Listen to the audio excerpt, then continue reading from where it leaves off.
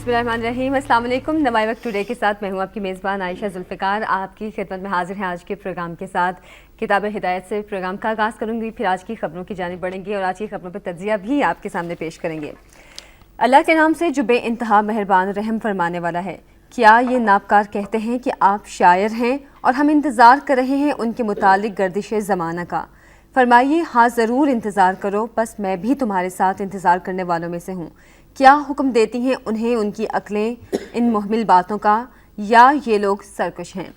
आज के प्रोग्राम मेरे साथ स्टूडियो मौजूद हैं डिप्टी एडिटर नवाई वक्त सीनियर सहाफ़ी तज्ज़ियाकार सईद आसी साहब। अस्सलाम वालेकुम सईद साहब, कैसे हैं सर आप? अल्लाह का करम। सर आज के जलसे के हवाले से कैसी आपकी उम्मीदें? बड़ी जोरा जोरी है जी, शोरा शोरी बल्कि है। सही तो बल्कि लाहौर में आप जहाँ भी गुजरे ना, दो ही जलसों की बैनर्स लगे हैं, तहरीक इंसाफ का और नूनी का। खैर मैं खबर शामिल करती हूँ। इसमें दरमियान में एक जलसा तो भुगता लिया है ना लाहौरियों ने, इमरान का वो कल भुगता लिया था। अच्छा, पहली खबर की जानिब में बढ़ती हूँ, फिर सईद साहब का तज्जिया भी लेंगे उस पर।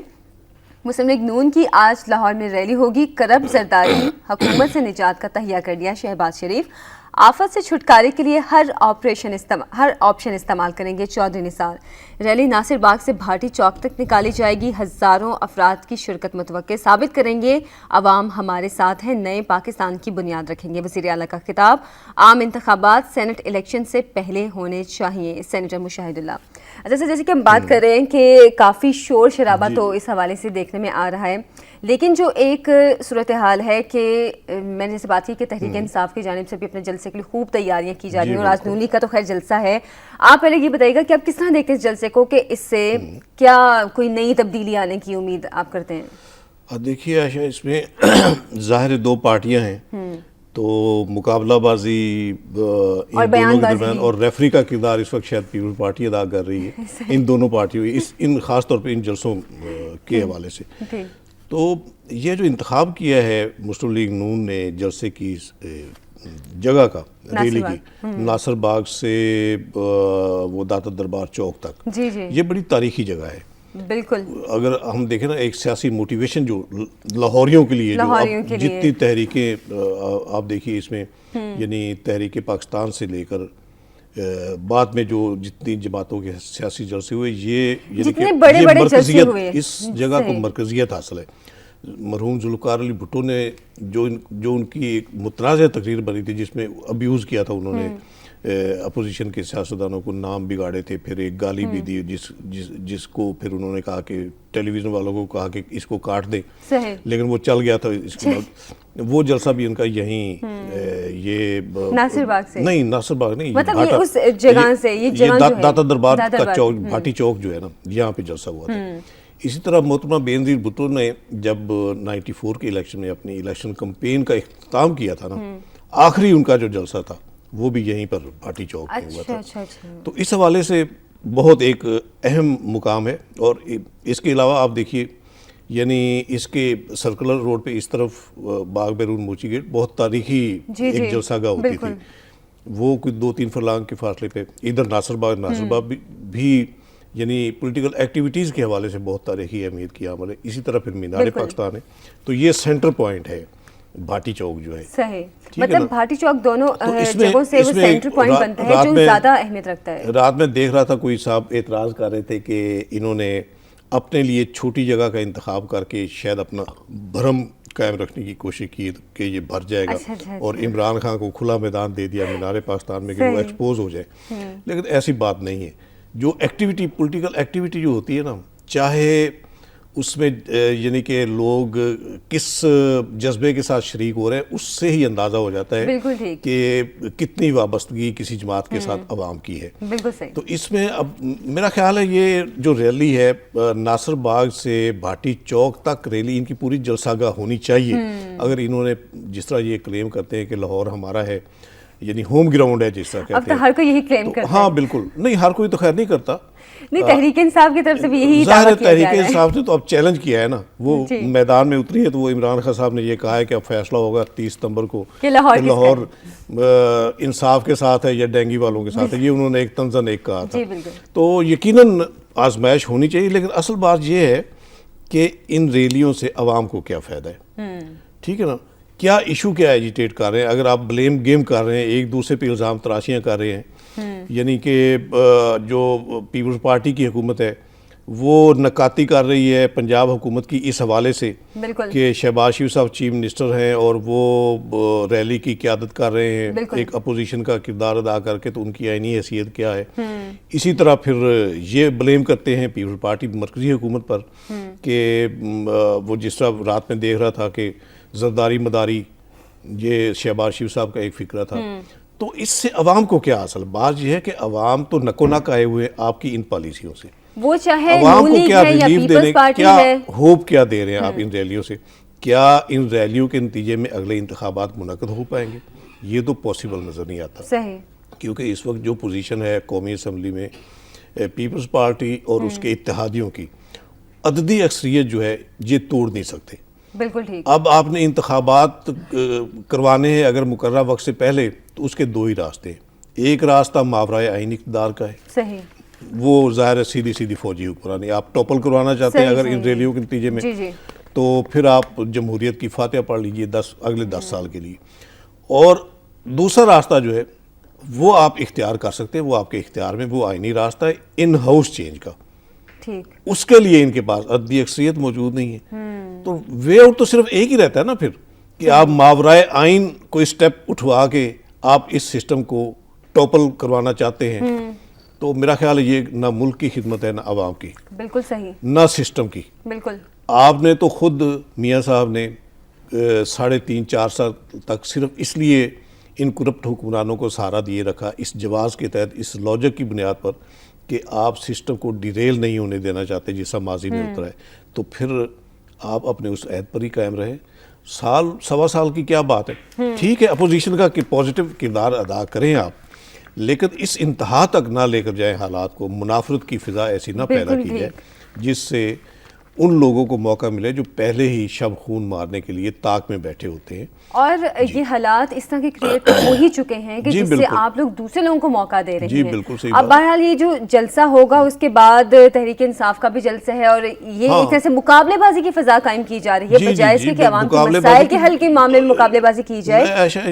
अगर कोई पॉजिटिव अप्रोच के हिसाब से देखा जाए तो मसलन इलेक्शन का माहौल हो ना, इलेक्शनियरिंग जिस तरह हम कहते हैं, बिल्कुल। तो उसमें तो ठीक है मुकाबलाबाजी जश्ती है, मतलब सारी इलेक्शन के नजदीक तरीन ऐसी किसी सूरत-ए-हाल होती है, ज़ाहिर इंतखाबी कैंपेन जो होती है, इलेक्शन की मुहिम जो होती, उसमें ठीक है आप जोर लगाएं जितना जोर लग सकता है, लेकिन उससे पहले आप क्या मकसद, अवाम भी ये पूछ रहे हैं ना कि मकसद क्या हासिल करना चाहते हैं, मकसद क्या है जलसे जुलूसों का। बहरहाल आज जलसा है और देखते हैं उसके बाद क्या पंजाब में सूरत-ए-हाल होती है। अगली खबर की जानिब में बढ़ती हूँ। शुमाली वज़ीरिस्तान में ड्रोन अटैक्स के हवाले से ही है। सबसे पहले मैं हिलरी क्लिंटन की खबर शामिल करूंगी कि कंधार में अमरीकी फ़ौजी अड्डे पर तालिबान का हमला, शिद्दत पसंद पाक फ़ौज की इजाज़त से हमले करते हैं अमरीकी जर्नैल। पाकिस्तान को हक्कानी नेटवर्क के खिलाफ फौरी कार्रवाई का वाज़ेह पैगाम। हिलरी, तालिबान ने कंधार हमले की जिम्मेदारी कबूल कर ली, लड़ाई में 3 अफराद जान बहक। पाकिस्तान मुंबई हमले के मुलजिम कटहरे में लाए। पाकिस्तान की इमदाद लश्कर तैयबा के खिलाफ कार्रवाई से मशरूत नहीं करेंगे अमरीकी वज़ीर ख़ारजा। और एक छोटी सी खबर और भी है, वो भी मैं शामिल कर देती हूँ कि वज़ीरिस्तान में अमरीकी मिसाइलों की बारिश, मुल्ला नज़ीर के भाई, भतीजे और कज़न समेत 12 जान बहक। सही साहब, पहले तो मैं इस पर बात करना चाहूँगी कि हिलरी क्लिंटन जब पिछले दिनों पाकिस्तान आई थी तो काफ़ी दोस्ताना अंदाज इनका देखने में आया था कि मीडिया पे भी सबसे काफ़ी खुशगपियों में मसरूफ़ और ये वो हर जगह इंटरव्यूज़ देती रही, लेकिन जाते ही उनकी टोन एकदम से बदली है और उन्होंने एकदम से धमकियां मेज़ अंदाज फिर से अपना लिया था। अभी भी वही सिलसिला जारी है कि उनके अंदाज में एक धमकी होती है कि पाकिस्तान को ये करना पड़ेगा और अगर नहीं करता तो उसके बाद वो कहते हैं ना डॉट लग जाते हैं कि पता नहीं क्या होगा। तो आप किस तरह देख रहे हैं कि अब जो अमेरिका का रवैया है पाकिस्तान की तरफ, वो किस तरह का आप देख रहे हैं? देखिए, ये रवैया पहली बार तो नहीं है। बिल्कुल। मैं तो पहले भी कई बार कह चुका हूँ, लिख भी चुका हूँ कि जो अमेरिका की पॉलिसियाँ हैं वो उसके अपने मुफादात के ताबे होती हैं। सही। ये पॉलिसियाँ जो है ना, इनमें तसलसल है, कंटिन्यूएशन है और इस्तेहकाम है। मैटर नहीं करता वाशिंगटन में कौन सी हुकूमत कायम है, बुश की है, क्लिंटन की है, ओबामा की है या इसके बाद आने वाले की होगी। हुक्मरान बेशक बदलते रहे, लेकिन अमेरिका की पॉलिसियां कभी पॉलिसी तब्दील नहीं उनकी होती, और कभी उसकी नहीं बदलती पॉलिसियां जो है, है बिल्कुल। उसके मुफादात के ताबे होती है, अमेरिका के अपने मुफादात के ताबे होती हैं। और इसीलिए अमरीकी माजी साहब की बात कर रही हूँ, उनकी सदर की जानिब से अक्सर बयान भी आता है, वो अपने मुफादात के तहत कभी हमारे गले लग जाता है, बिल्कुल हाथ मिला लेता है, और दुख सुख भी शेयर करता है हमारे साथ, हमदर्दी का इजहार भी करता है, उसमें भी उसका अपना मुफाद होता है। बिल्कुल। और अगर हमें आंखें दिखाता है तो उसमें भी उसका अपना मुफाद होता है, और हम ऐसे ही कभी खुश हो जाते हैं उसके रवैये पे, कभी नाराज़ हो जाते हैं। मेरा ख्याल है हमें थोड़ा सा गैरत मिली का मुजाहरा करना चाहिए, हमीयत के तहत। जिस तरह आप देखिए, जिस तरह अमेरिका अपने मुफादात को पेश नज़र रखकर अपनी पॉलिसियाँ बनाता है, इस तरह हम क्यों नहीं अपने मुफादात को सामने रख के अपनी पॉलिसियाँ बनाते। ये सोचें इस वक्त कि क्या ये हमारा मुफाद है जो हम अमेरिका की गुलामी कबूल किए बैठे हैं, उसके मुफादात की जंग में शरीक होकर, उसका फ्रंट लाइन इत्तेहादी बन के हमने अपने मुल्क की मईशत का बेड़ा गर्क किया है और हज़ारों अपने अवाम की जानें ज़ाय की हैं। इस ये साझेदारी की ज़बरदस्ती जो जंग हमने अपने खाते में डाली हुई है, तो इससे हमारा क्या मुफाद वाबस्ता है? हमारी तो तबाही ही तबाही है। तबाही की बात कर रहे हैं सही साहब, तो जी, जैसे जी। कि मैंने ये खबर भी शामिल की थी, कल वजीरिस्तान में ड्रोन अटैक हुआ, गाड़ी पर 6 मिसाइल लगे जी गए, बिल्कुल, मतलब बिल्कुल। एक मिसाइल से ही तबाही हो जाती है, तो 6 मिसाइल। उनकी तो जो उन्होंने टारगेट फिक्स किए हुए हैं वो उन्होंने पूरे करने ही करने हैं, वो उसके अपने मुफादात का तकाजा है। बिल्कुल। इसलिए हम बिल्कुल ये नहीं किसी खुशफहमी में नहीं रहना चाहिए कि हलेरी साहब यहाँ आई, उन्होंने खुश गप्पियाँ की, हाथ मिलाए और लतीफ़े सुनाए और खुश हुई, तो ये शायद मुस्तकबिल में शायद हमारे लिए अच्छी कोई ऐसी बात नहीं। अब ज़ाहिर है वो वापस गई हैं, तो जो अमेरिकन इंटरेस्ट थे उनके मुताबिक उन्होंने अपनी टोन चेंज की, फिर दोबारा से टोन चेंज करी, अपनी ऐसे टोन अभी यानी कि ये जो स्टेटमेंट है इसमें भी उन्होंने, मैं देख रहा था, उन्होंने ये कहा कि मैंने लाइट मूड में वहाँ अमेरिकन अथॉरिटीज़ को ये बावर कराया है कि आपके मुफाद में है कि आप दहशतगर्दों का खात्मा करें, हक्कानी नेटवर्क का, वरना आप नुकसान उठाएंगे।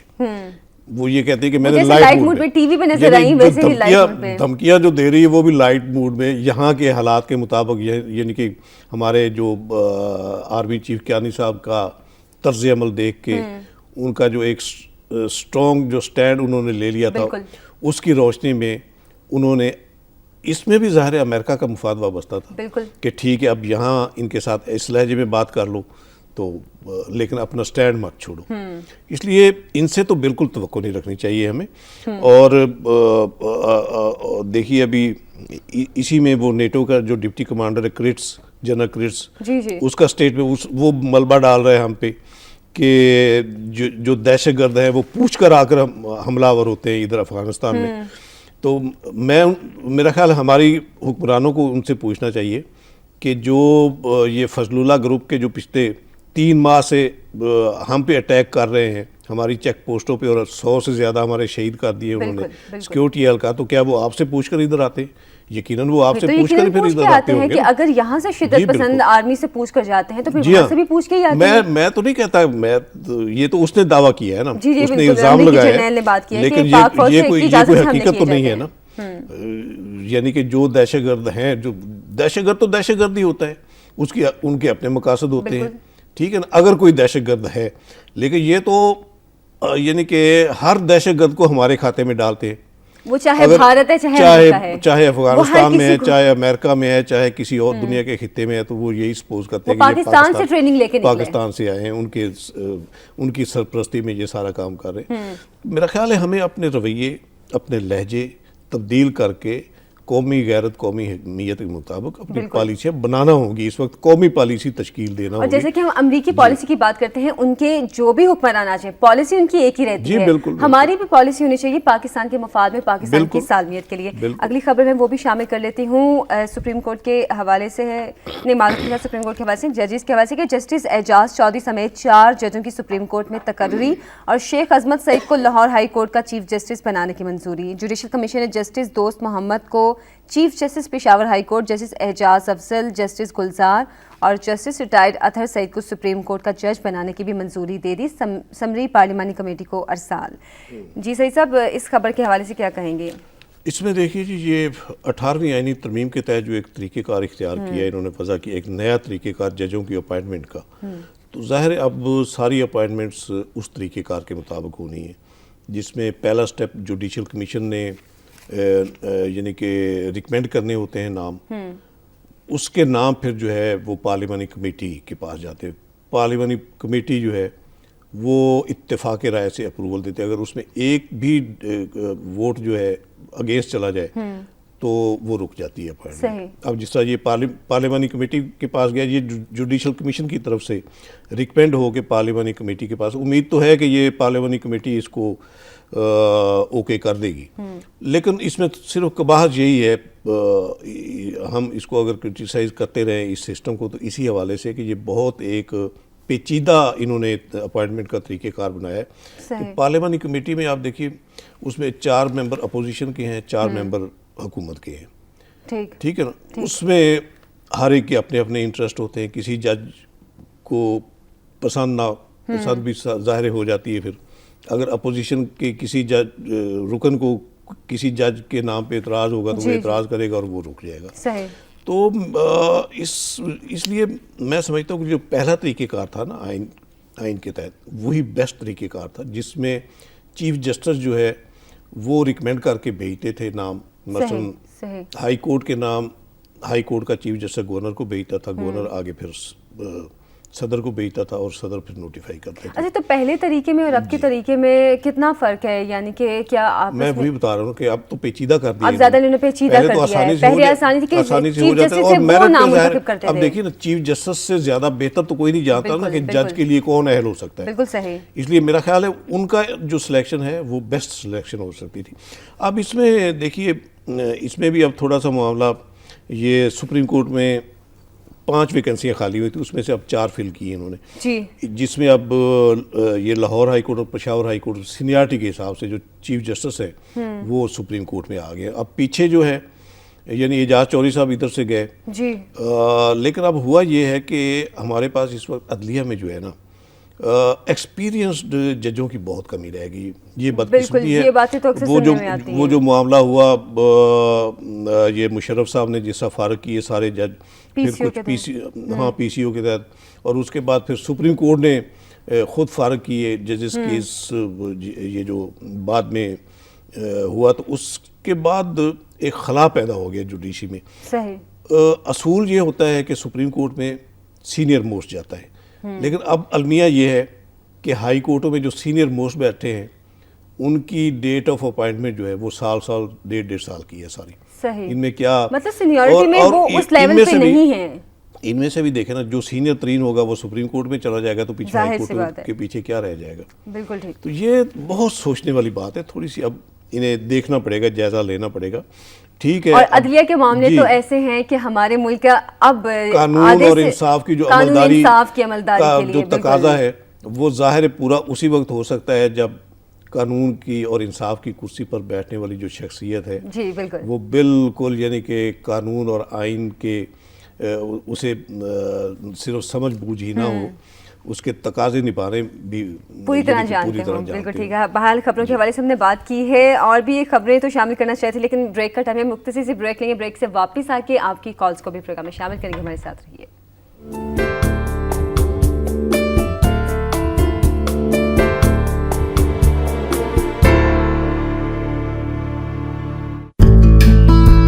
You don't become the most read English newspaper in Pakistan overnight, or set the agenda for politics, culture, and change in Pakistan overnight, or win prizes for reporting in Pakistan overnight. Maybe that's why there's only one newspaper that covers the nation like it deserves to be covered, and that's The Nation.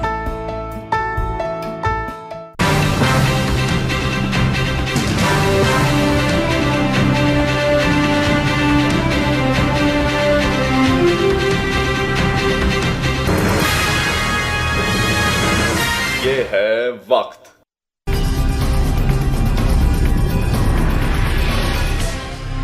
आप देख रहे हैं वक्त।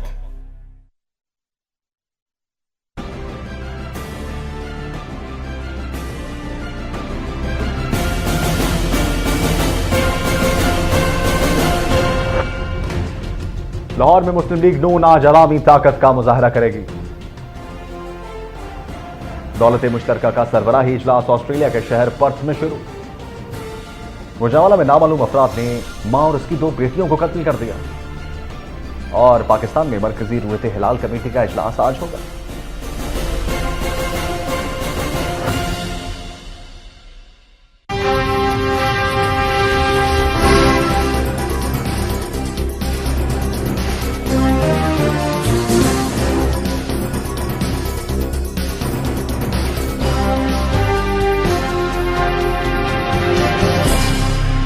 वक्त के साथ रहिए।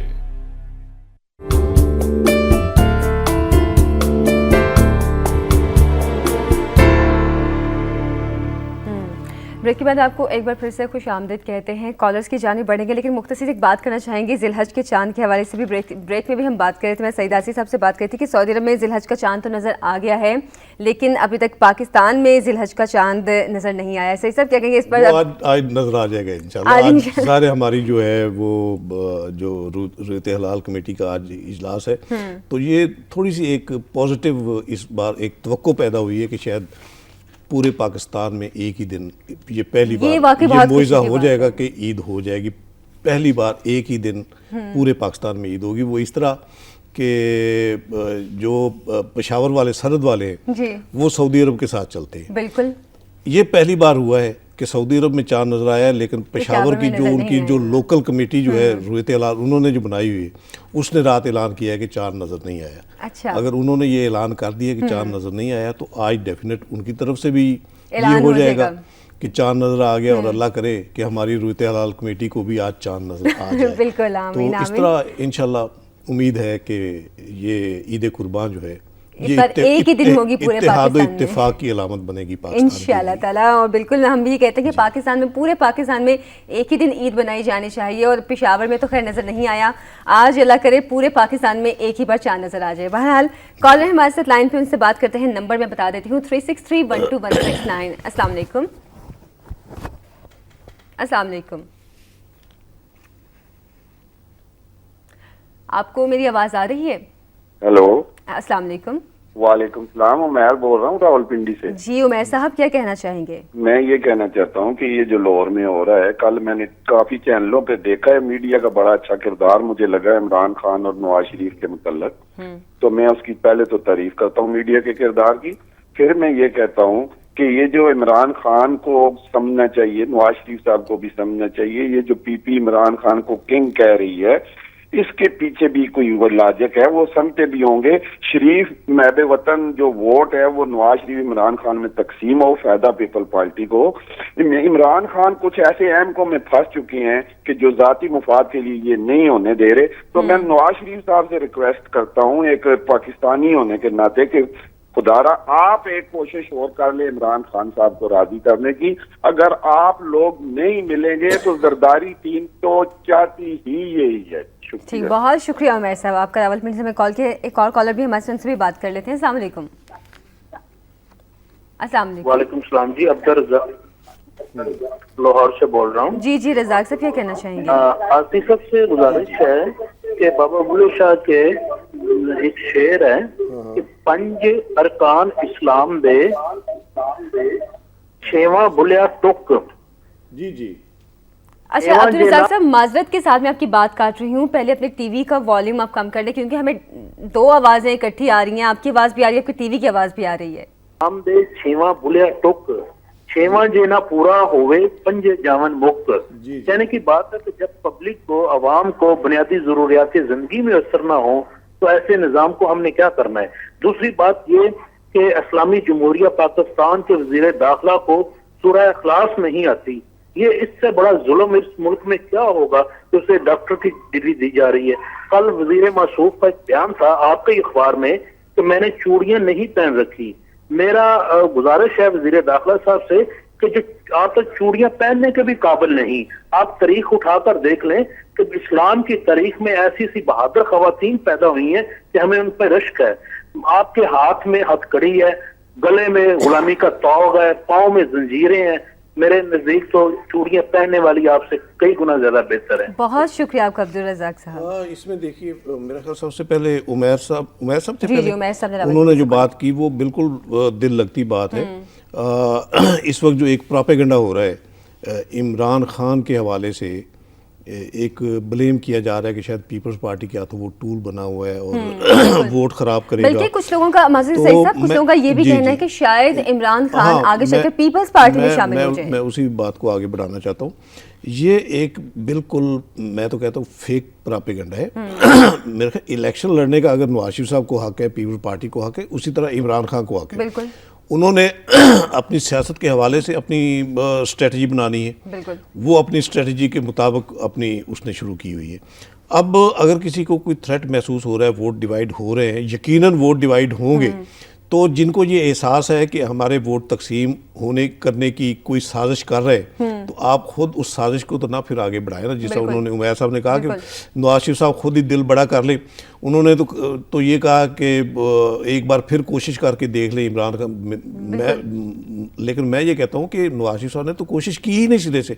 वो तो कोशिश करते हैं इमरान खान की ज़ात में कीड़े निकालने की। जिस सब पिछले इलेक्शन के मौके पे उन्होंने कुछ स्कैंडल तैयार किए थे, इस बार भी एक प्रोपेगेंडा, एक मशीनरी जो है इनकी, वो इमरान खान की ज़ात में कीड़े निकालने की कोशिशों में लगी हुई है। मेरा ख्याल है पॉजिटिव अप्रोच ये होनी चाहिए कि आप जो वोट हैं अगेंस्ट पीपल्स पार्टी, एक अप्रोच है ना, यहाँ एक सोच है, डिवाइड हुआ है vote, Bhutto anti Bhutto vote. आप जो एंटी भुट्टो वोट है उसको कम से कम इंटैक्ट तो करें, बिल्कुल सही। सबको एक प्लेटफार्म पर लाने की कोशिश तो करें, जिसमें इमरान खान है, जमात इस्लामी है, मुस्लिम लीग नून है। और मुझे यकीन है कि अगर ये तीनों जमातें इकट्ठी हो जाए, एक प्लेटफार्म पे इंतखाबी इत्तेहाद बना लें, तो मेरा ख्याल इनका कोई मैच नहीं होगा। और जैसे कि सईद साहब, कुछ जमातों की वो कहते हैं ना कि नेचर मिलती है आपस में, उस हिसाब से जैसे MQM नून लीग के साथ जब मुत्तहिद हुई थी तो लगता था कि इनकी नेचर नहीं है एक जैसी, लेकिन इमरान खान, जमात इस्लामी और मुस्लिम लीग नून, इनका लगता है कि अगर आपस में इत्तेहाद बनाएंगी तो ये एक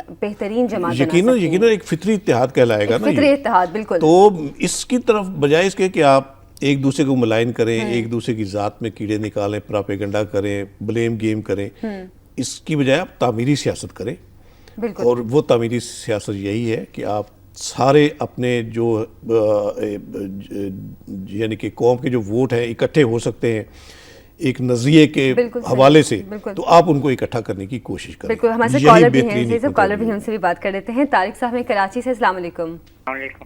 वालेकुम अस्सलाम। जी बात कर रहा हूँ कराची से। जी तारिक साहब, जैसे आजकल के हमारे मुल्क के माशी सियासी हालात चल रहे हैं, तो मैं इतना कहूँगा कि अगर इस मुल्क को बचाना है तो फिर यहाँ खूनी इनकलाब को ही लाना है, इन डाकुओं और लुटेरों को सरेआम फांसी चढ़ाना है, कौम के नौजवानों का हमने मुस्तकबिल बनाना है, कौम की वक़ा के खातिर, कौम की इज्जत के खातिर अपने आप को कुर्बान हो जाना है। अल्लाह करे इनकी दुआ जो है, एक ये भी एक जज्बे वाली बात है ना, ये कौम के लिए दर्द, कौम के लिए फिक्रमंदी का जो जज्बा है ये प्रिवेल होना चाहिए इस वक्त। और ये ख़ास तौर पे जो मुल्क की क़यादतें हैं, सियासी क़यादतें हैं, उनमें ये जज्बा पैदा होना चाहिए। हमारे पिछले कॉलर ने भी इसी हवाले से बात की, सिस्टम के हवाले से, कि जिस सिस्टम में आवाम को ना खाने को मिल रहा है, ना रोटी है, ना रोज़गार है, ना घर है, ना कपड़ा है, ना पीने को पानी है, ना गैस, ना बिजली है, तो फिर क्या वो करेगा इस सिस्टम को? क्या उसने इस सिस्टम को खा के अपनी ज़िंदगी गुजारनी है? तो वाकई ये सोच, इसी सोच की बुनियाद पे जो है ना, ये कल अब्दुस्तार ईदी का जो बयान आया था कि 6 माह के लिए आप आर्मी चीफ को इक़्तिदार दे दें, ताकि जितनी ये कबाहतें, जितनी बुराइयां, जितनी खराबियां हैं, वो 6 महीने में, अगर चाहिए उनकी मासूमाना ख्वाहिश है 6 महीने के अंदर क्या होना है। जर्नैल तो 10-10 साल आकर यहाँ गुजार कर उन्होंने मुल्क का हुलिया बिगाड़ा, ये कुछ बनाया नहीं। लेकिन जाहिर है जब लोग तंग आते हैं, आजिज आते हैं अपने मसाइल से, तो यही सोचते हैं फिर कि ठीक है, कोई ना कोई तो नाखुदा बन जाए। क्या वो कहते हैं ना, क्या इसी जहर को तरियाक समझकर पी ले, नासिहों को तो सुझा ही नहीं देता कुछ भी। तो ज़ाहिर अवाम की एक सोच फिर होती है कि ठीक है, जो भी उनकी कश्ती का खेवनहारा अगर कोई डूबती कश्ती को किनारे पे लगाने के लिए कहीं से आ जाए तो वो उसका दामन थाम लेंगे। बिल्कुल ठीक। तो ये हमारे कहीं से तो हमारी कोई मदद करने वाला है। के सोचने की बात है ना, जो ये आपस में अब मुकाबलाबाजी में लगी हुई है कि आप गुड्स क्या डिलीवर करेंगे, आप आवाम को क्या देंगे, कौम को क्या देंगे, मुल्क के लिए आप किस हवाले से आप सूदमंद साबित हो सकते हैं, अवाम के मसाइल हल करने की बिल्कुल आपके पास सही। क्या यानी कि असल में तदबीरें क्या हैं आपके तदबीरें पास क्या जिन हैं, पे आप अमल मंसूबे क्या करेंगे हैं? और लोगों जी, को इन बिल्कुल। मसाइल से निकालेंगे। मसलन एक स्कॉलर भी हैं, उनसे बात कर रहे थे, इश्तियाक साहब हैं मुल्तान से। अस्सलाम वालेकुम। वालेकुम अस्सलाम। सबसे पहले तो मैं अभी मेरे दोस्त ने एक फोन किया था, रहमान मलिक साहब वजीर दाखिला की शान में, उन्होंने जो अल्फाज कहे हैं मैं इससे कुछ बढ़ के कहना चाहता हूँ, लेकिन मेरे पास अल्फाज नहीं है। मैं मुख्तसरन उन्हीं अल्फाज की तायीद करता हूँ। दूसरी जो बात मैं करना चाह रहा हूँ, हमारे मुल्क में जो हमारे बेसिक इदारे हैं वो तबाह हो रहे हैं। हमारे मुल्क में बिजली की ये पोजीशन है कि इंडस्ट्री को तबाह करने की बाकायदा साजिश है। मैं आपको एक छोटी सी मिसाल देता हूँ। एक छोटी सी हम कोई भी फैक्ट्री लगाते हैं, उसकी कॉस्ट बिजली की पर यूनिट यहाँ पर जो आ रही है, और चाइना में हम कैसे कम्पीट करेंगे इंटरनेशनल मार्केट में। दूसरी एक छोटी सी गुजारिश कि हमारी काबीना में चार वजारतें मजीद बनाई गई हैं। जी जी। उसके लिए 200 से 250 करोड़ सालाना अखराजात में इजाफा होगा। क्या हमारे हुक्मरान ये मुल्क दुश्मन नहीं है कि अवाम के पास क्या डिलीवर हो रहा है और वजारतों में कितना इजाफा हो रहा है? ठीक, बहुत शुक्रिया आपका। इश्तियाक साहब मुल्तान से कॉल कर रहे थे। इसमें इन्होंने वो पिछले कॉलर का हवाला दिया रहमान मलिक के हवाले से, तो मेरा ख्याल जो पैमाना उन्होंने बनाया था रहमान मलिक की अहलियत के, उन्हें तो सूरह इखलास भी नहीं आती, तो मैं उनसे ये गुजारिश करूंगा कि मेरे दोस्त लियाकत बलोच को भी सूरह इखलास एक बार नहीं आई थी, वो बड़े जलसे में नहीं सुना पाए थे। अच्छा। एक मीटिंग थी तो उसमें वो सूरह इखलास नहीं सुना पाए थे, तो इसको पैमाना मेरे ख्याल नहीं बनाना चाहिए। बिल्कुल बिल्कुल। ऐसी भूल चूक हो जाती है। वैसे अहलियत का मामला जहाँ तक है वो सबको पता है, वो सबको ही रहमान पता है मलिक कि के कौन हवाले से, कितना ठीक है? अहल है इस वक्त। तो इसमें अब इन्होंने ये हमारे मुल्तान वाले कॉलर, इन्होंने भला क्या सिस्टम के हवाले से बात की? जी क्या नहीं, किया बिल्कुल इन्होंने? सिस्टम के हवाले से ही बात किया और रहमान मलिक साहब की बात से इत्तफाक भी किया। नहीं, माजरत वो के तो साथ खैर हमारे है। लास्ट कॉलर के जो बात है जी, कि जी, रहमान जी। मलिक साहब के हवाले से उससे इत्तफाक भी किया है, और यही कि हुक्मरानों की नाअहली के हवाले से ही उन्होंने बात की। खैर नाअहली की बात तो जहाँ तक है वो तो पूरी कौम जानती है कि हुक्मरान कितने अहल हैं, कितने तो इसीलिए तो ये तहरीकें उठ रही हैं ना। इन्होंने बात की थी, मेरा ख्याल है कि ये बिजली के हवाले से कि जब इतनी लोड शेडिंग होगी तो संतों का तो बेड़ा, जाहिर है संतों का तो बेड़ा गर्क हो चुका हुआ है, साजिश के तहत जो भी है। और अभी देखिए ये कि इंडिया को मोस्ट फेवर्ड नेशन बना रहे हैं, तो अब क्या हासिल क्या होगा आपको? आपके अपने जो हालात है, संतें तो आपने खुद तबाह कर दी हुई हैं, गैस बिजली फराहम ना करके। आपके पास प्रोडक्शन है ही नहीं, बरामदात आपके पास है ही नहीं, तो आप इंडिया के साथ तजारत करेंगे, लेन देन करेंगे, दरामद बरामद की जो बात होती है, तो उसमें अब जाहिर है आप बरामद तो कुछ नहीं कर पाएंगे ना इंडिया को। तो इंडिया का सारा माल फिर इधर आएगा, वो कैप्चर करेगी, सारी मार्केट हमारी कैप्चर कर लेगा इंडिया। तो मतलब बेड़ा गर्क जो पहले ही सिसक रही है, जो हमारी सनत, वो बिल्कुल मर जाएगी ये इंडिया के साथ तजारत के बाद। और वैसे प्रोडक्शन तो रहेगी ही नहीं। जी जाहिर है। और वैसे भी हमें जब तक कश्मीर इशू मौजूद है उस वक्त तक तो हमें सोचना भी नहीं चाहिए इंडिया के साथ इस तरह तजारत और उसे मोस्ट फेवर्ड नेशन करार देने का, तो हमें सोचना भी नहीं चाहिए। एक सांप जो है जो डंक मार रहे हैं हमें, आप उसको दूध पिलाने की कोशिश कर रहे हैं ताकि वो मोटा ताज़ा होके ज़्यादा डंक मारे हमें, तो ये मेरा ख्याल इस पॉलिसी से रजू करना चाहिए। बिल्कुल सही कहा आपने सही साहब। आप सब कॉलर्स का बहुत शुक्रिया आज के प्रोग्राम में कॉल करने के लिए। भी बढ़ते हैं आज के कॉलम की जानिब।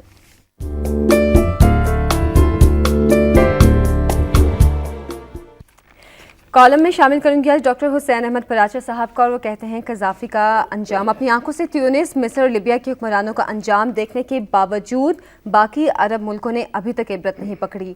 अगर उनके खिलाफ अवामी जज्बात मौजूद हैं तो इसका मतलब ये है कि वो कामयाब हुक्मरान नहीं। हमें शाम भी जाने का मौका मिला है। आजकल वहाँ के दर दीवार पर सदर बशारुल असद के हक़ में नारे लिखे होते हैं। पहले उनके वालिद हाफिजुल असद के हक़ में मुबालिगा आमेज़ तहरीरें दर्ज होती थीं। क्या कहेंगे सही साहब इस पे? इसमें देखिए जी, डॉक्टर पराचा साहब ने अपने जज्बात के हवाले से उसके कज़ाफ़ी ये डिक्टेटरशिप के मामले में उन्होंने, ठीक है उनके अपने जज्बात होंगे, लेकिन मैं नहीं समझता कि कज़ाफ़ी को इतना ब्लेम किया जाना चाहिए, और ख़ासतौर पर उसकी मौत के बाद तो नहीं जचता भी नहीं है। और जिस तरह फिर कज़ाफ़ी की मौत के बाद जिस तरह पूरी दुनिया में यूरोपीय बरादरी ने, अमेरिका ने, अक़वाम मुत्तहिदा ने जिस तरह खुशी का इजहार किया, जश्न मनाया, और उसके 2 दिन बाद ओबामा साहब की अपनी स्टेटमेंट आई कि कज़ाफ़ी की मौत के बाद जो है ये दूसरों को भी देख लेना चाहिए और ये हमारी फतह है, ये बाकायदा उसने कहा था सईद ओबामा। साहब, कुछ ममालिक की जी, जानिब से इस पे मुजम्मत भी की गई है कि कजाफी को अव्वल तो इस तरह नहीं हाँ, मारना हाँ, चाहिए वो था, मैं ट्रायल वही करना बात- चाहिए था मैं उनका। वही बात कर रहा हूँ। प्राचा साहब ने तो जज्बात की रौ में बहकर वो अपने तय ये समझते हैं कि कजाफी जो है डिक्टेटर था, जालिम था, जाबर था, कौम अवाम पे जुल्म किया उसने, मुल्क पे जुल्म किया, 42 साल जो आमरीत थी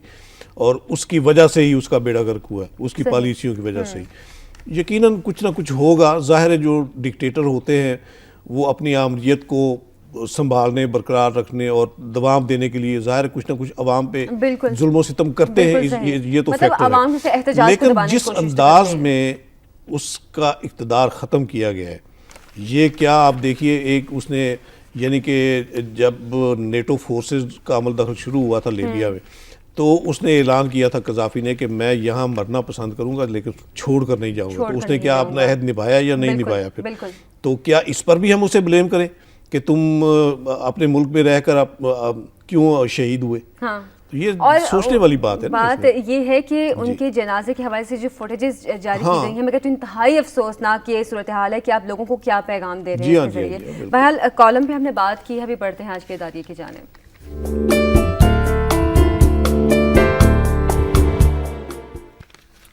अच्छा, इदारिया शामिल करती हूँ प्रोग्राम में, जिसमें है कि हुक्मरान तबकात की इस्लाह किए बगैर कौमी मईशत को संभाला नहीं जा सकता। IMF ने पेशन गोई की है कि 2011-12 में पाकिस्तान का मालियाती खसारा हुकूमत के साबिका अंदाजों के बरक्स बढ़कर मजमूई कौमी पैदावार का 6.5% हो जाएगा। इस सिलसिले में IMF की वेबसाइट पर जारी रिपोर्ट में कहा गया है कि पाकिस्तान हुकूमत ने खसारे का हदफ 4% मुकर्रर किया है, जिससे खसारा कहीं ज़्यादा होने का इम्कान है, जबकि हुकूमत का अफरात ज़र का मुकर्ररा 12% का हदफ भी 14% तक जाने की तवक्को है। अच्छा सही साहब, इस पर मैं IMF की जो रिपोर्ट है उसके मुताबिक मैं बात करना चाहूँगी। अब IMF की जानिब से पाकिस्तान पर दबाव डाला जा रहा है कि टैक्सों को मजीद बढ़ाया जाए और पाकिस्तान में इससे महंगाई की शरह भी मजीद बढ़ेगी। क्या कहेंगे? हाँ, इसमें देखिए ऐसा बात ये है कि कबाहतें तो हमारी अपनी है ना, एक सिस्टम का बेड़ा गर्क तो हमने खुद किया हुआ है ना, अपनी अय्याशियों अल्ले तल्लों और जिस तरह कौमी खजाने की लूट मार की हुक्मरान तबकात ने, तो ये सारा मामला, सारी गड़बड़ तो उस वजह से ही हुई ना। अब हम ब्लेम करते हैं IMF को। ज़ाहिर IMF का जो किरदार है उसका तो एक साहूकार वाला किरदार है ना, बनिया साहूकार, जिस तरह वो देता था, कर्ज देता था और फिर सूद दर सूद वसूल करता था। तो जाहिर है उसने तो कर्ज अपना वसूल करना ही करना है, उसके लिए उसे गर्ज नहीं कि जिस मुल्क ने उससे सूद लिया है, कर्ज लिया है, उसकी अदायगी की वजह उसे अवाम को किस तरह मारना पड़ रहा है, इससे तो उसे कोई सरोकार नहीं होता। इसलिए देखने वाली बात यह कि हम जो है, हम अपने मईशत का बेड़ा गर्क अगर खुद ही कर रहे हैं अपनी पॉलिसियों की वजह से, तो हमारे इस वक्त यानी कि खुद को संभालने की ज़रूरत है, अपनी इस्लाह करने की ज़रूरत है। और ये इस्लाह सबसे पहले ज़ाहिर है जब हुक्मरान तबकात में जब तक ये इस्लाह नहीं होगी, इसके सम्राट नीचे तक नहीं जाएंगे। इसलिए बेहतर ये है कि आप अपने खर्चे तो खुद बढ़ा रहे हैं, अपनी यानी कि हुक्मरानी के डे टू डे, जिससे आप कर्ज लेते हैं, बैंकों से कर्ज लेते हैं, अपने मुल्क के बैंकों से भी अरब हार रुपए इन्होंने कर्ज लेकर अफरात ज़र में जितना इजाफा किया है, तो उसके ज़ाहिर बुरे असरात फिर अवाम पर ही पड़ते हैं ना। जाहिर सी बात है। इसमें अब हम क्या कहें, अगर IMF ये कहता है कि आप टैक्स नेट बढ़ाएं और आप सब्सिडीज ख़त्म करें, तो ज़ाहिर है उसने तो अपने कर्जे वसूल करने की गर्ज से उसने वो समझाए। तो हमें भी सोचना चाहिए कि अगर एक कल्चर यहाँ बन चुका है कि टैक्स अदा ही नहीं करना हमने, और ख़ास तौर पे ये जो मरात याफ्ता क्लासेस हैं जो इक़्तिदार के ऐवानों में बैठी हैं, खुद अपनी हफीज़ शेख साहब की अपने स्टेटमेंट थी और हाउस ऑफ द फ्लोर पे उन्होंने ये स्टेटमेंट दी थी कि 1350 मेंबर हैं पार्लियामेंट और असम्बली, उनमें से 900 मेंबर जो है सिरे से टैक्स ही नहीं देते। तो ये क्या है इसमें, ये क्या आप मतलब कौम को क्या मैसेज देते हैं? सारा बोझ आवाम पे पड़ता है। सही साहब, बहुत शुक्रिया आज के प्रोग्राम में तशरीफ लेकर आए। आप सब कॉलर्स का भी फिर से शुक्रिया अदा करना चाहूँगी प्रोग्राम में कॉल्स करने के लिए। आज के प्रोग्राम से अब तक के लिए इतना ही, मुझे दीजिए इजाज़त। कल हाजिर होगी नए प्रोग्राम के साथ, कल तक के लिए अल्लाह हाफिज़।